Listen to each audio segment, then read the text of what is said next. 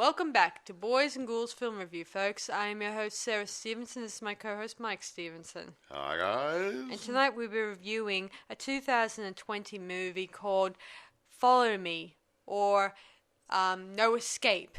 There's two different titles for this movie, and I'm going with Follow Me in this production, considering I had a hard time trying to find No Escape in the beginning when I would try to find it. Yeah, it's got two names. So, It had two different names. I was going to get on to that. I'll just mention it now, because I didn't mean I'll mention it later.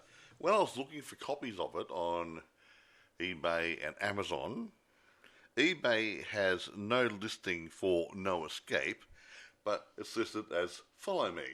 See? Amazon has no listings for Follow Me. It's called No Escape. So the other platforms might have the same sort of a problem. Yeah. They couldn't make up their minds. It depends where it's made, you see. So if it's made in one country, another country says, I'll change the name.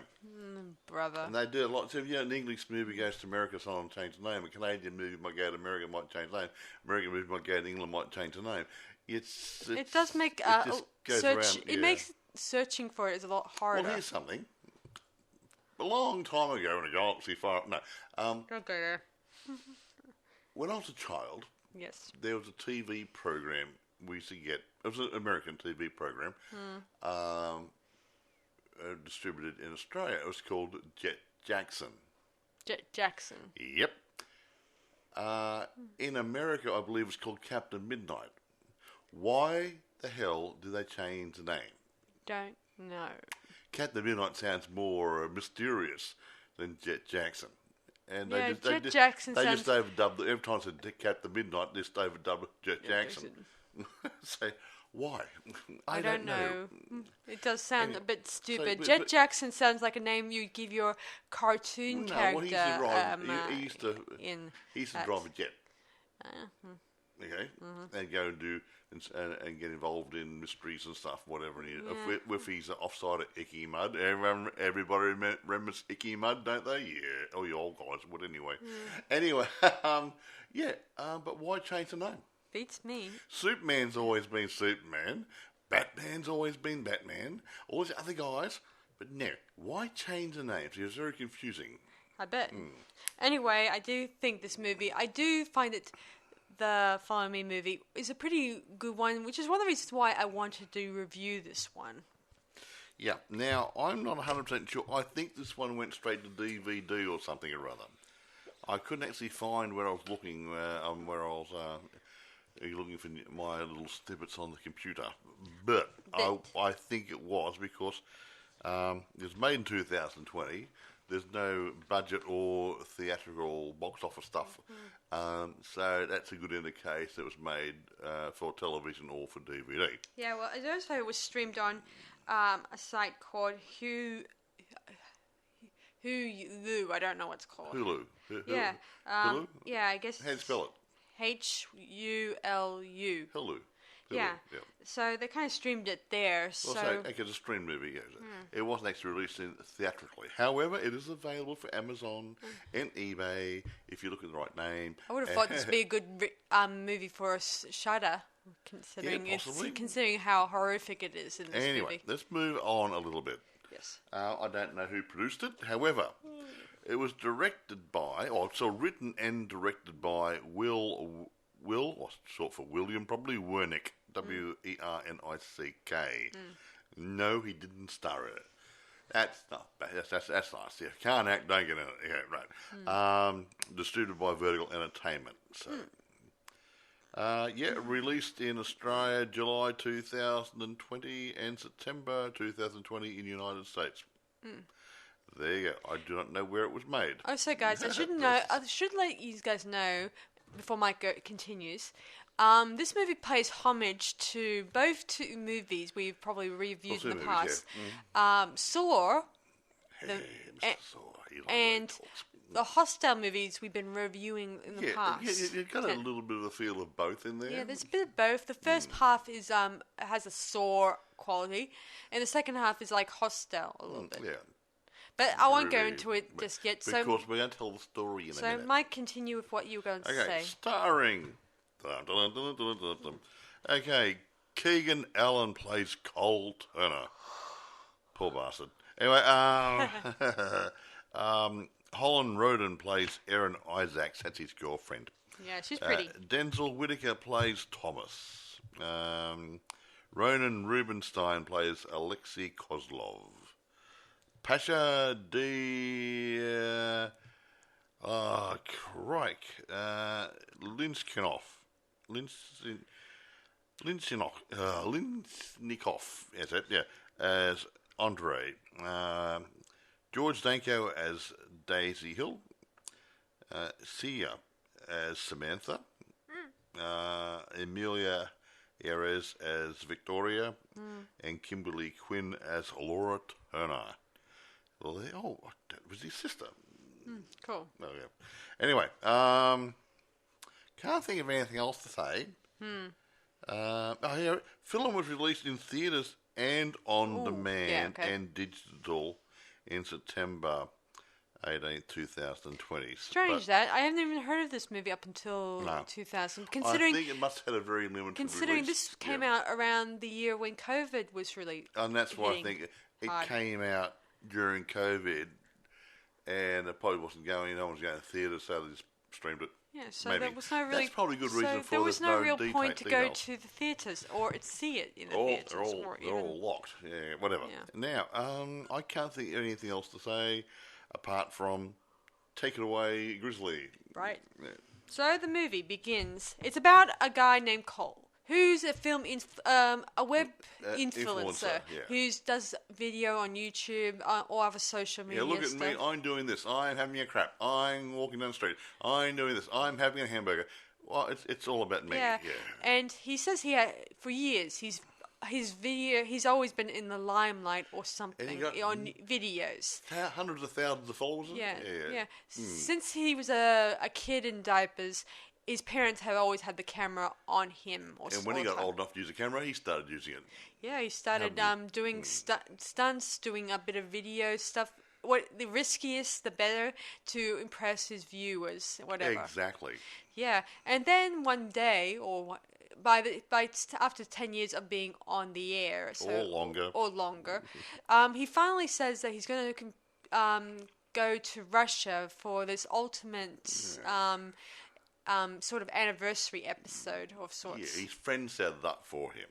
Yeah, where he's got some friends. Yeah, yeah. They sort of set up an escape room that's in Russia. That's the ultimate thrill, according to them. And it was the ultimate escape room too, not just an ordinary escape room. Yeah, it's a really hard one. Yeah, so really scary. Yeah, so Mike is aware here. He's never been to an escape room, but I've heard a bit about it. It deals with puzzles and, a bit of... Do you think I was born under a rock or something, do you? Well, have you ever been to an escape room? Have you? I heard about them. Or so have I. I even heard of one that's in Vegas at the moment called the Saw, which is based off that one, just in case which is based off the Saw movies you may have seen. I almost wish I could go to it and experience it firsthand myself. If Tobin Bell walks in, I'm out of there. Well, there's a puppet, which is close enough. Anyway, so they head to Russia, and everything is going full swing, and they meet this guy. What's his name? Alexei, who's a wealthy man who's a big fan of his influence of Cole, and he's been watching him for years. Yeah. Ooh, really? Yeah.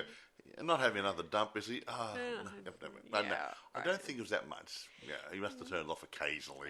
Well, I imagine he did turn off his phone or whatever he was using at the time. Anyway, back to the story. They head to Russia. They're given a warm welcome. They're given a nice place to stay in. Nice place, really, to be honest. Yeah, I'd stay there. Yeah. Very chic. With a lot of interesting limos and cars and stuff like that. It's interesting. Anyway, they then head to a pub, and while he's recording his interesting stuff, his girlfriend gets a bit, a little bit feeling a bit uncomfortable in one situation where she's being two guys were approached her and tried to touch her, they were harass her. trying to harass her and stuff, and it was getting out of control a bit. Yeah. Yeah. Fortunately, Lexi tells them off and tells them to go away, even though we don't know. We don't know what he said because it's in Russian. It's in Russian, and there's no subtitles, so you don't know. And I think that's intentional. Anyway, they then head off, and while he then the next morning, he spends the whole day with his girlfriend. They explore Russia, the architecture, the buildings, stuff like that. Of course, when they were in a bar, he was talking to he started doing his video there, which kind of offended a few of the locals. Oh, he said something or other. Yeah, said something about being all... It's not too bad apart from the gangsters and stuff, and or whatever, something or other, That's a little offensive. Not very nice. Not really nice. And the locals didn't like it. Yeah. I thought the movie was going to end there. Yeah. Eventually, they go to the escape room, and according to the guy, he says this escape room is inspired by the prisons, the horrible prisons from back in the Cold War. It's going to be really scary. Yes, very scary. But it's not real. He said that, didn't he? Right at the beginning. He said it's real scary, but it's not real. Yeah, we see two men wearing gas masks, and they approach Cole and his friends, and they get bagged.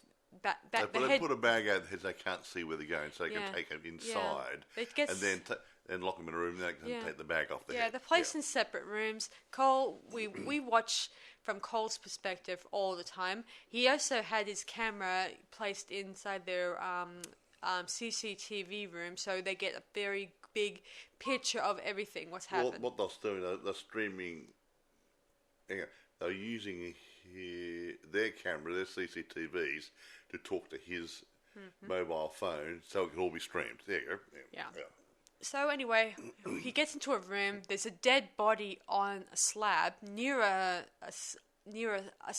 oven, an open oven, and he then it was very creepy. This bit, I thought for a minute the body looked like him, but it didn't look like him. No, it was a guy, but it was a dead body, naked, and it looked real. Yeah. He sees down the hall there's a cage door, and there's no key, so he has to find the key. But on this naked body, there's a big X marks on its chest. Yeah, this is where it feels like Mr. Saw. The stuff. Saw thing, where I remember in Saw where they bear track, the woman was forced to cut into the guy next to her to get the key out of his stomach. Ew. Yeah. Anyway, back to the story. I've often wondered how they get them into their organs on the inside without cutting them open.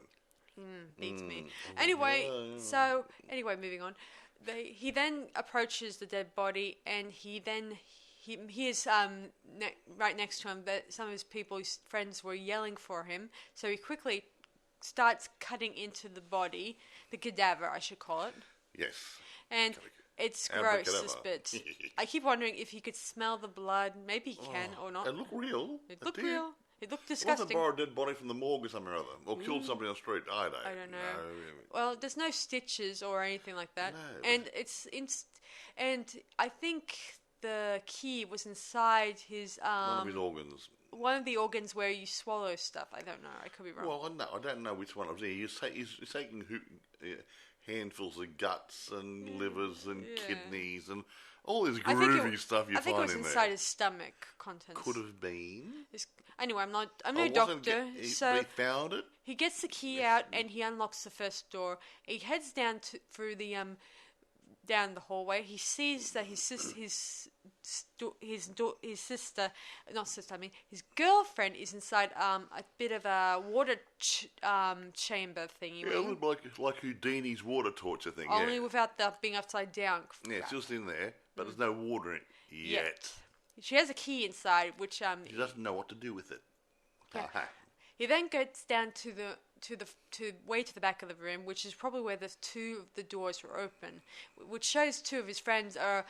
Well, one of them is in a sort of rack type trap, and I'm not sure what the other. Yeah, one was in something like Iron Maiden. Yeah, and one was in like a rack, but he was standing up like his legs were shackled to the ground, and he had his arms above his head shackled to some chains which were tightening up or something, wasn't it? Yeah. So he has to use giant cogs. Or was it cogs? Yeah, cogs. Yeah, and try to stop the machines from torturing his friends. Like it was like he had to set the cogs into a wall to go against another cog, so it actually reverse the process. Yeah, see, this is another Saw reference. I saw it in a few video games where you have to use the cogs in order to open something or stop something. So that was pretty good. Yes. Yeah, he saved those two jokers. So he saves those two guys, and then they move on to the next person, and it starts. This next person, I think it was Samantha. Yeah. Yeah, the girl, dark hair. Yeah. And she did something like electric chair. She was in an electric chair, and they have to use a metal maze that has a little device that's sort of magnetic. I'm not sure if it's the device that's magnetic or the. I don't know if it's magnetic. It was it might have been magnetic. Yeah, one or the other. It had this little metal thing, a sliding thing, which goes through as maze, which is made out of metal, and if you touch the sides, you get electrocuted. An electric shock goes through to the electric chair where Samantha is sitting in. Yeah, they soon slowly try to get through the maze, and eventually they get to the other side. Yay. And then they were able to get their friend apart. Of course, she didn't look like she completely burnt or damaged from the electricity. Well, she already had electricity here before she started. Yeah, moving on. So, anyway, the next person they'd have to save was his girlfriend, who's already getting drowned because there's already water inside the chamber. The water started bubbling in. This chamber it says in, Yeah, they quickly tried to pry the top open. The top open, but with no success. So eventually he uses one of the the abandoned cogs that he was used earlier to try to break open the lock on at least they try to break the glass doors of it. He did. It didn't work, and he decides to use it to break open the lock at the top. Yeah. And he did, but she was drowned. Oh, shame. Yeah, eventually he uses mouth to mouth to. Well, not mouth to mouth. She actually coughs up the water eventually, meaning she wasn't completely drowned. drowned. They got around there and put her on the ground, and they didn't do too much. But she coughed and the water came out, so she's okay. Then some of the friends admitted that the guy that invited them to Russia, they didn't even knew him really well. It turns out he approached them. He approached them, said he was a big fan of Cole and thinks that this will be a great opportunity to come down and check out the escape room. Yeah. So anyway, they take the key that was in with his girlfriend in the chamber with her, and head down to the hallway, unlock the door, and when they enter, they see that they get locked in there, and they realize that shouldn't there be someone there waiting for them to get them out? Yeah, because they had a time clock of an hour, was it? And it come back to zero, and everything had been done. And then wasn't that room look like it had been a fight in there or something? Yeah, like someone, like broken glass and stuff. Some blood on the wall and stuff, and like, oh, okay, what's happened here? Eventually, they do leave that room, and when they come outside, they see the two security guards that work for Alexei. Are shot dead. And then they see the same guys that they encounter at the bar approach them, hood them, and threw them into a van. And then they head to an unknown location somewhere. And we see Cole wake up in a chair. This is where the whole hostile side comes to play. Hostile. Yeah. And we find there's this Russian guy who says that he's planning on recording Cole and his friends to sell on the black internet. Yeah, they're dark going net. to torture them and gradually kill them for the dark gratification of the dark net. Yes. Yeah, but luckily enough, Cole was able to get out and try to leave the room quickly by going through the air vents, and he watches some of his friends getting either chopped up or whatever, hearing them scream here and there. Eek. Yep. Yeah, exactly. Eventually, he does get out of there, and he then finds one of his friends, and he tries to guide him through there. But then as they're heading through there, he gets knocked down an elevator shaft. Yeah. Yes. Whatever. Eventually, he does find the exit out, and the driver is waiting there for him and tells him that to take the key and get out of there. Yeah.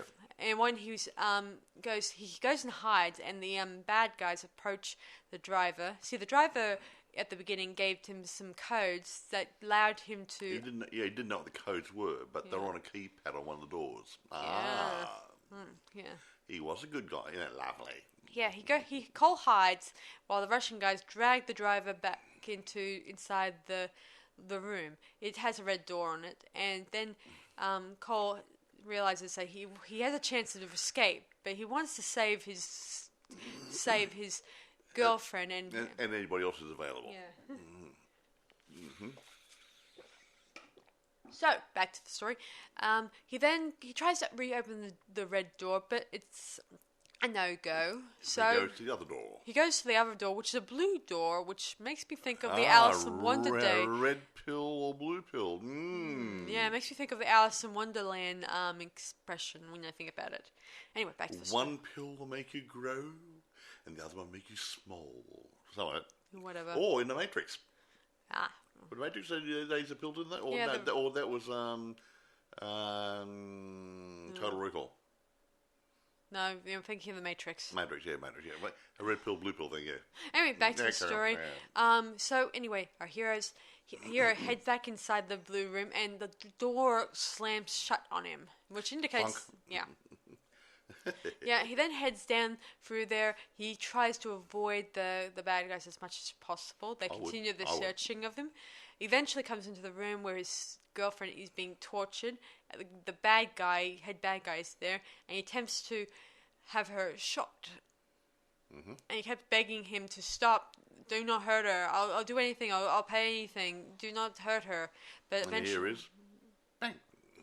Yeah, oh dear. We hear no silence in the scenes. Like he's just shooken or shocked by the whole experience. Shook. Yeah. He then quickly gets out of there, and eventually he then heads down to through a laundry like a laundry chute, maybe. I think. Maybe. And he heads down there, and he sees Alexi standing there. Yeah, in the cool, calm, and collected. Yeah, and quickly Cole rushes him and starts beating the snot out of the guy. And Alexi's saying, it's not real. Your friends are alive. Yeah. But he doesn't listen to him. Yeah. And he just beats the snot out of him. Yeah. Then the light comes on, and we see on the big silver screen of some behind-the-scenes video footage of the escape room and how his friends survived the fall in the elevator. And the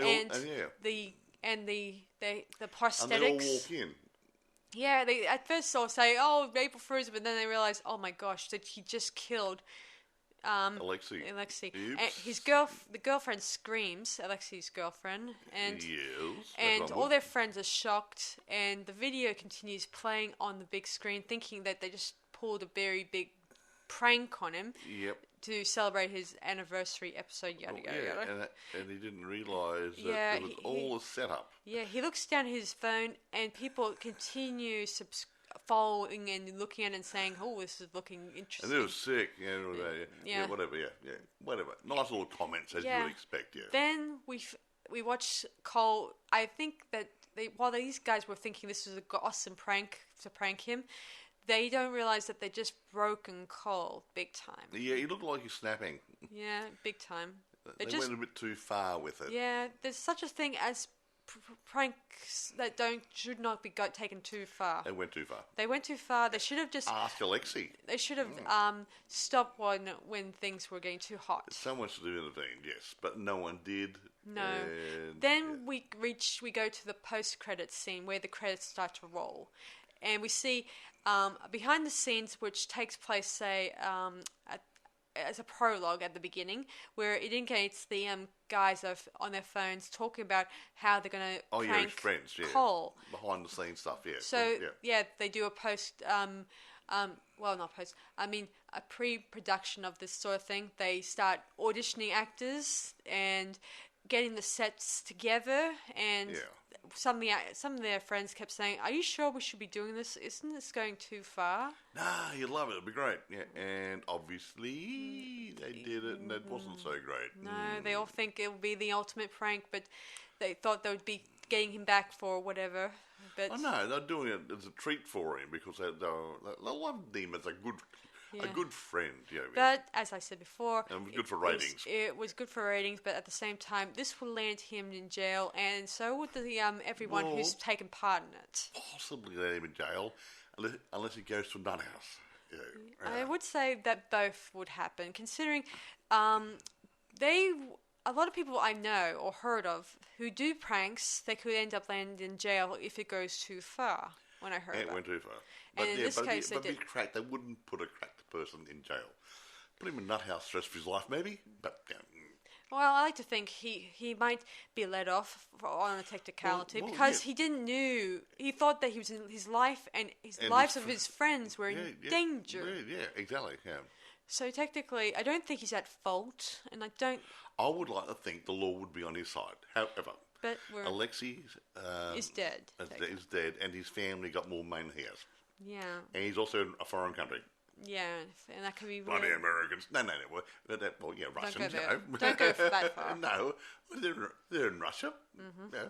So they would have had the thing about foreigners. It would be hard, considering that they just broke I don't know how many laws, and they thought they were in the right mind to do this, even though they just broke their friend. But you're a place like Russia, one of those Eastern Bloc countries. There, you're going to have any foreigner.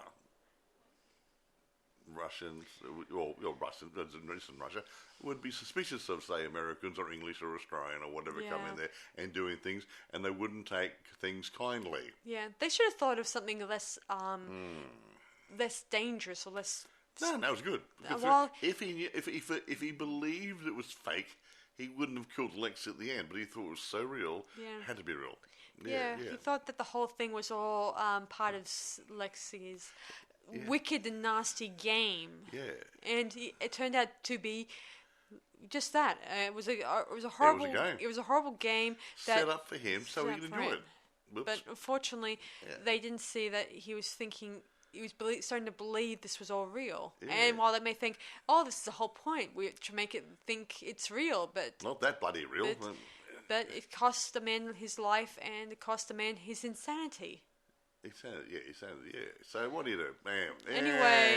Anyway, I thought this movie was pretty good, especially the twist ending was pretty cool. Sarah mentioned there's a bit of a tribute to Hostel. I said before, yes. Yeah. I did not like the beginning of Hostel, at least Hostel 1. I thought it was too boring and too much partying and stuff. It just went on too long. This movie didn't. No, this got into a good storyline. I found a little bit of partying. I went to Moscow, and they were in a club, and then all of a sudden things started to develop. Mm-hmm. Hostel didn't do that.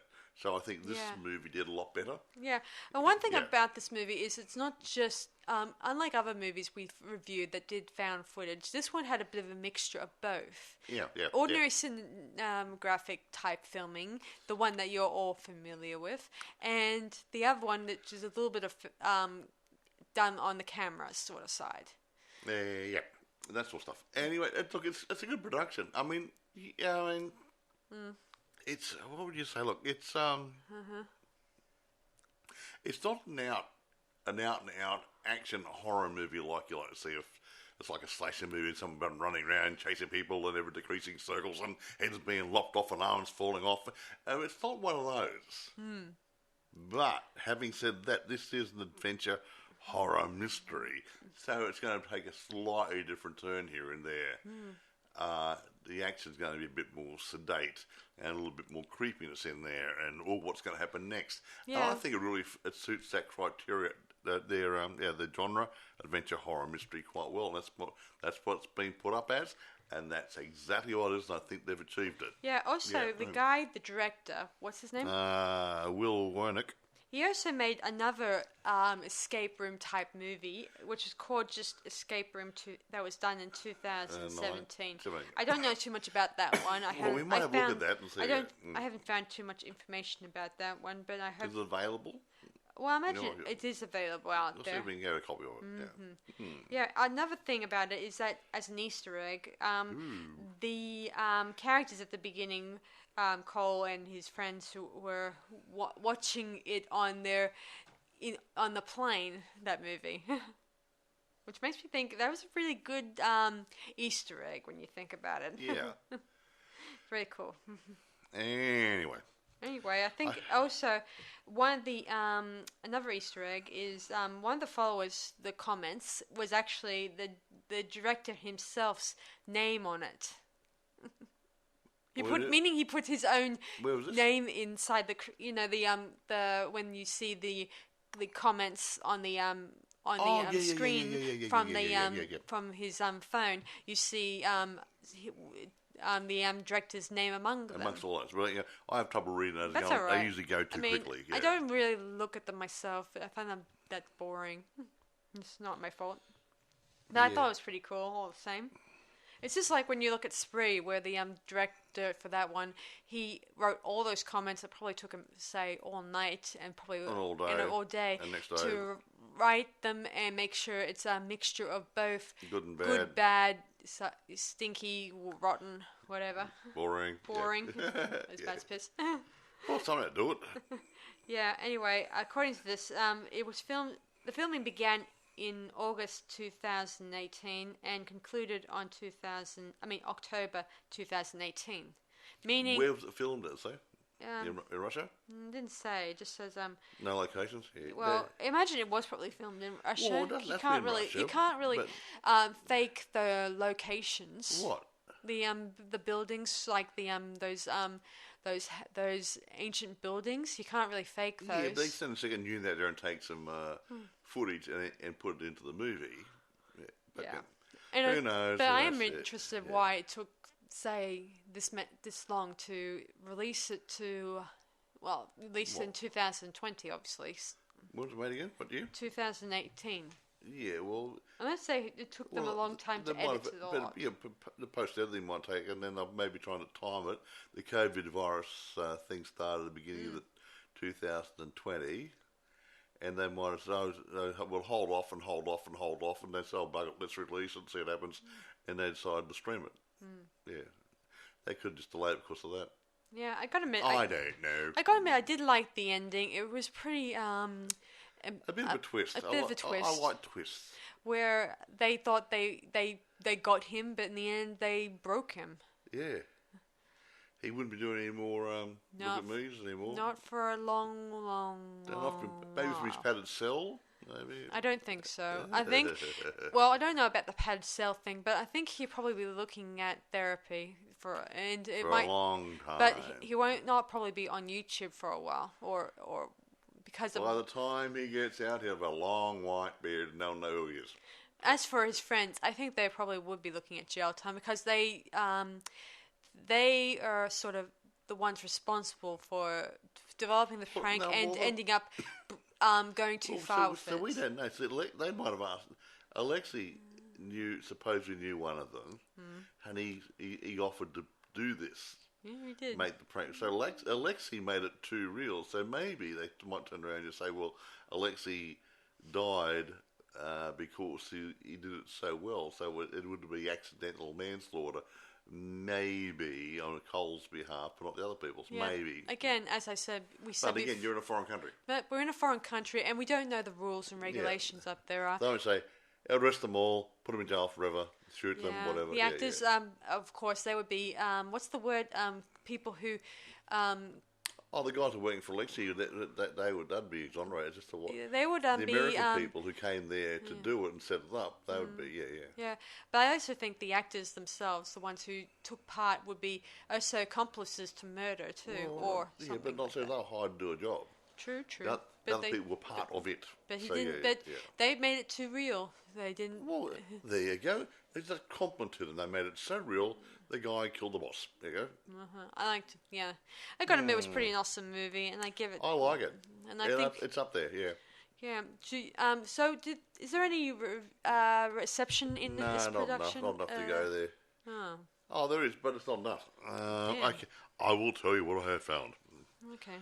The film has a 27% rating based on 11 reviews from Rotten Tomatoes. Oh, doesn't say anything else. No, but it depends. You might not like the sort of movie. And a place called Joblo.com gave the film 4 out of 10.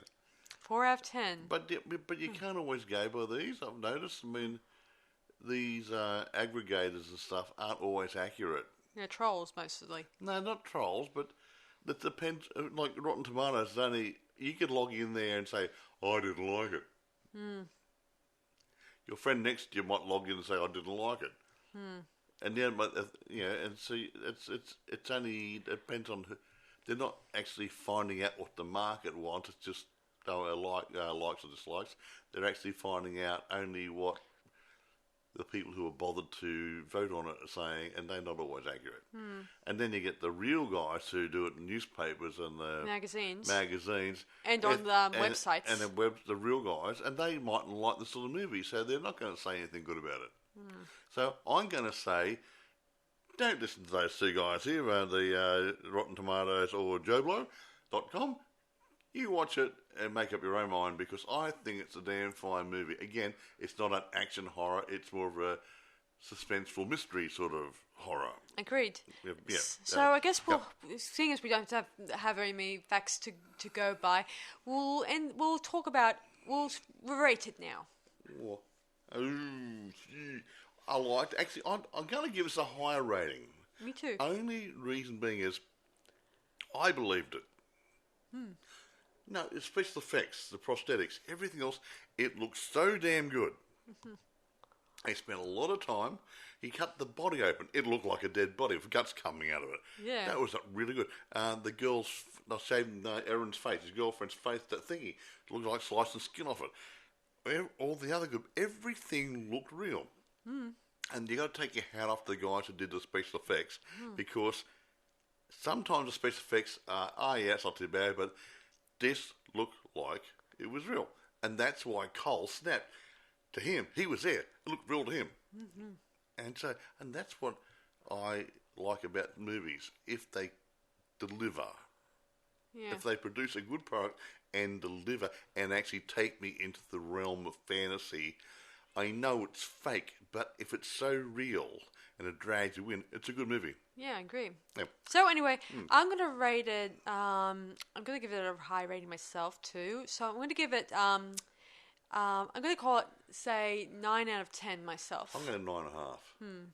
Because I just love the special effects. Yeah, I thought it was pretty cool. I would have made it higher, but there were still some things I'm not, well, there's still half me that still feels like there's they could have done something better. Well, I liked it. Like, I would have loved to seen more of the other his friends getting tortured, and we given a bit of a blow by blow look of what they're doing. More gory than I am. I'd like to leave some to my imagination, but she likes to see it. She wants to see a head on a plate. Yeah.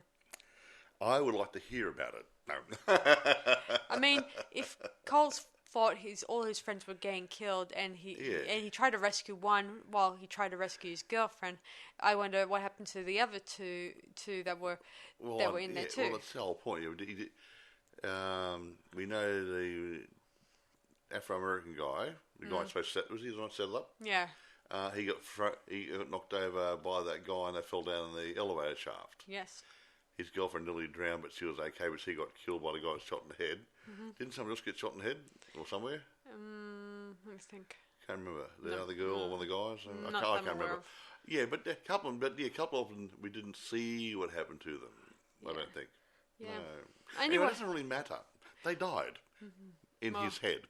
Yeah, in his mind. He thought they'd been killed or were in the process of being killed.